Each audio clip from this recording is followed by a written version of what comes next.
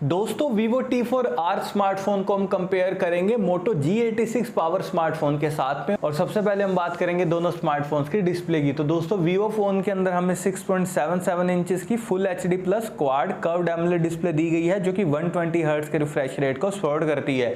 यानी कि दोस्तों डिस्प्ले यहाँ पर भाई कंटेंट वॉचिंग के हिसाब से Vivo फोन की एकदम बढ़िया वाली है, क्योंकि यहाँ पर हमें क्वाड कर्व्ड एमोलेड पैनल मिल रहा है, तो अच्छी कंटेंट वॉचिंग आप कर पाएंगे। और वहीं दूसरी तरफ मोटो फोन के अंदर हमें 6.7 इंचेस की 1.5 के रेजोल्यूशन वाली फ्लैट पी ओलेड डिस्प्ले दी गई है, जो कि 120 हर्ट्ज के रिफ्रेश रेट को सपोर्ट करती है।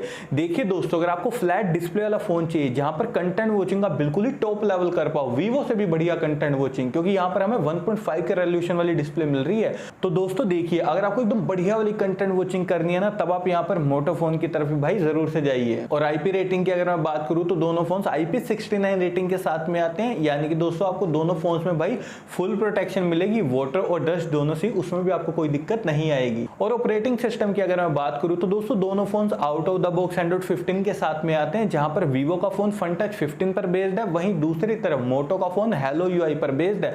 तो ओवरऑल दोस्तों ऑपरेटिंग सिस्टम और UI के मामले में दोनों स्मार्टफोन भी बढ़िया हैं। और अगर मैं बात करूं अपडेट्स की, तो उसमें तो भाई फर्क है यार, क्योंकि Vivo फोन में तो हमें 2 साल के एंड्रॉइड अपडेट्स और 3 साल के सिक्योरिटी अपडेट्स मिलेंगे, लेकिन वहीं दूसरी तरफ मोटो फोन के अंदर हमें सिर्फ 1 साल का एंड्रॉइड अपडेट। यार बिल्कुल जस्टिफाई नहीं कर रहा है ये 1 साल का अपडेट, क्या कर रहे हैं मोटो वाले, मुझे तो समझ में नहीं आ रहा। और 3 साल के सिक्योरिटी अपडेट्स देखने को मिलेंगे, पैसा बर्बाद। तो देखिए दोस्तों, अगर आपको फोन में 2 साल के अपडेट चाहिए ना एंड्रॉइड वाले, तब आप यहाँ पर डेफिनेटली Vivo की तरफ से जरूर से जाइए, क्योंकि मोटो ने वो काम कर दिया जिसकी मुझे उम्मीद ही नहीं थी। और चिपसेट की अगर मैं बात करूँ तो दोस्तों दोनों फोन्स के अंदर हमें Dimensity 7400 चिपसेट दिया गया, जो कि 4 नैनोमीटर टेक्नोलॉजी पर बेस्ड है। और देखिए दोस्तों, ये जो Dimensity 7400 है ना भाई, डे टू डे परफॉर्मेंस और गेमिंग के मामले में एकदम बढ़िया है भाई। अच्छी वाली गेमिंग आप दोनों फोन्स के साथ में कर पाएंगे, कोई भी दिक्कत नहीं आएगी। और Antutu स्कोर यहाँ पर दोनों ही फोन्स का आता है 7,10,000 के करीब, जो कि भाई बढ़िया स्कोर है। और देखिए दोस्तों, मैंने इन दोनों ही फोन्स को टैग कर दिया है। व्यू प्रोडक्ट्स के थ्रू जाकर आप इन्हें डायरेक्टली फ्लिपकार्ट से परचेज कर सकते हैं। और अब बारी आती है भाई बैक कैमरा सेटअप की। तो दोनों फोन्स के बैक में हमें ड्यूल कैमरा का सेटअप दिया गया है। और सबसे पहले हम बात करेंगे Vivo की। तो इस फोन का मेन कैमरा 50 मेगापिक्सल का, जिसमें हमें Sony IMX882 सेंसर दिया गया, और जो डेप्थ कैमरा वो है 2 मेगापिक्सल का। वहीं दूसरी तरफ मोटो फोन का मेन कैमरा 50 मेगापिक्सल का, जिसमें हमें Sony LYT600 सेंसर दिया गया, और जो ultra wide plus macro camera वो है 8 मेगापिक्सल का। दोस्तों अभी आप स्क्रीन के ऊपर ना मोटो फोन के कैमरा सैंपल्स देख रहे हैं कि यहाँ पर भाई इसके मेन कैमरा ने डिटेलिंग को भाई बढ़िया तरीके से कैप्चर किया है। लेकिन दोस्तों एक रियलिटी बात बताऊं आपको, मुझे मोटो फोन का कैमरा सेटअप यहाँ पर उतना बढ़िया नहीं लगा भाई, ये रियलिटी बात बता रहा हूँ आपको।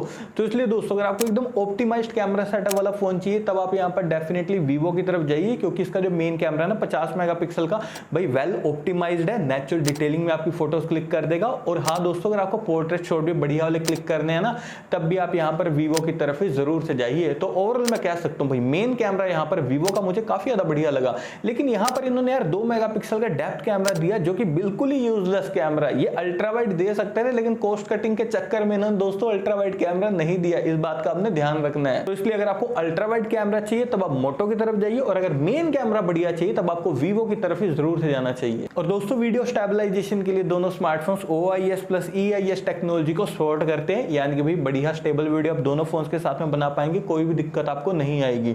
और अगर मैं बात करूं यहाँ पर फ्रंट कैमरा की, तो भाई दोनों फोन्स के फ्रंट में 32 मेगापिक्सल का सेल्फी कैमरा दिया गया है। देखिए दोस्तों, जो दोनों फोन्स के फ्रंट कैमरा ना, वो अच्छी डिटेलिंग के साथ में आपकी सेल्फी फोटोज क्लिक कर देंगे, उसमें आपको कोई भी दिक्कत नहीं आएगी। लेकिन सेल्फी में डिटेलिंग और भी बढ़िया वाली चाहिए ना, ऑप्टिमाइज सेल्फी फोटोज क्लिक करनी है, तब भी आपको Vivo की तरफ जाना है।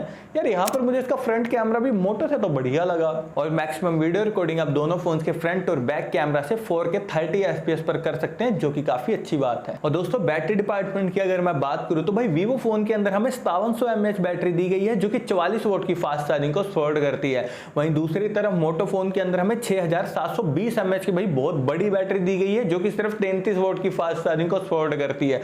तो देखिए दोस्तों, अगर आपको मेनली बड़ी बैटरी वाला फोन चाहिए तब आपको मोटो की तरफ जाना है। अदरवाइज बैटरी डिपार्टमेंट के मामले में मैं तो भाई Vivo को ही प्रेफरेंस दूंगा। ये ओवरऑल बढ़िया है भाई, कि बैटरी भी सही मिल रही है और फास्ट चार्जिंग भी सही मिल रही है आपको। और नेटवर्क कनेक्टिविटी के लिए दोनों फोन ट्रूली 5G कनेक्टिविटी के साथ में आते हैं। 3.5mm जैक हमें दोनों फोन्स में किसी में भी नहीं दिया गया, लेकिन दोस्तों dual stereo speakers, under display fingerprint sensor और फेस अनलॉक हमें दोनों ही फोन्स के अंदर दिए गए हैं। और अब लास्ट में हम बात करते हैं प्राइसिंग की। तो देखिए दोस्तों, वीवो फोन के 8+128GB वेरिएंट की प्राइसिंग है 19,500 रुपए। वहीं दूसरी तरफ मोटो फोन के 8+128GB वेरिएंट की प्राइसिंग है 18,000 रुपए।